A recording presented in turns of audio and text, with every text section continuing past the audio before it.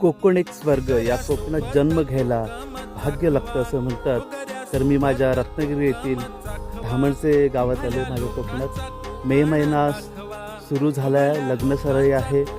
आमच्या वाडीमध्ये 2 लग्न ऑलरेडी झाले आहेत. आता माझ्या घरचं लग्न आहे. तर मी सड्यावरती आलो आहे. करवंद बघा झालेत. आता सुंदर अशी हे बघा करवंद पिकलेत. आणि त्याच पद्धतीने आंब्याचा सीझन तर जोरात चालू आहे.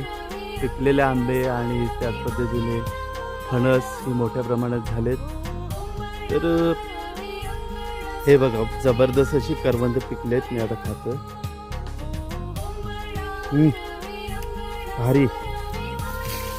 तर असा कोकणी रानमेवा खायला आपल्याला कोकणात आलं तर खायला मिळेल. हे बघा